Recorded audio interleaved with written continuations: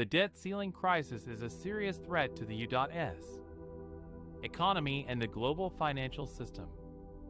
If the U.S. government fails to raise the debt limit by June 1st, it could default on its obligations and trigger a recession or worse. So what are some possible solutions or compromises that could be reached by the president and the congressional leaders to avoid a default?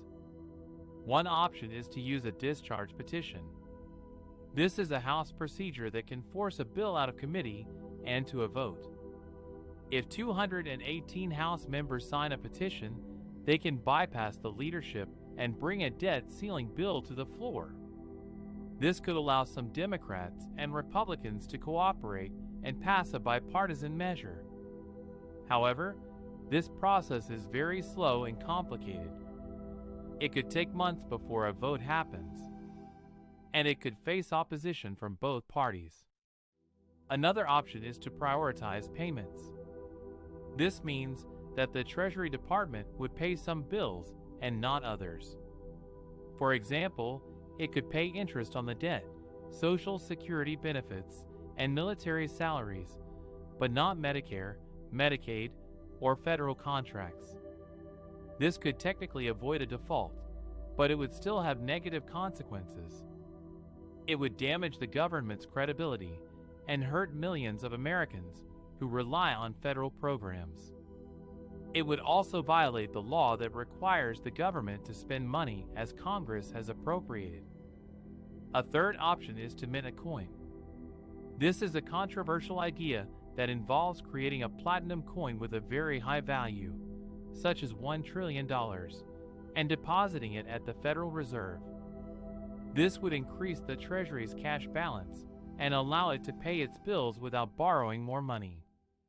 Some legal experts argue that this is allowed by a loophole in the law that gives the Treasury the authority to mint coins of any denomination. However, others disagree and say that this is an abuse of power and a gimmick that would spook investors and undermine confidence in the U.S. currency. A fourth option is to invoke the Constitution.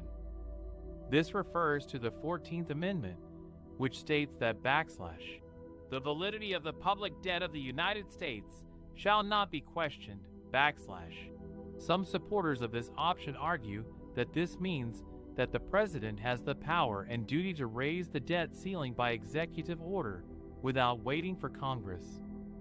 They say that this would prevent a default and uphold the Constitution. However, others oppose this option and say that it is unconstitutional and illegal. They say that only Congress has the power to borrow money on behalf of the U.S., and that the president cannot override that. As you can see, none of these options are ideal or easy. They all have drawbacks and risks. The best solution would be for Congress to act responsibly and raise the debt ceiling in a timely manner, without playing political games or holding the economy hostage. That would be good for America and good for the world.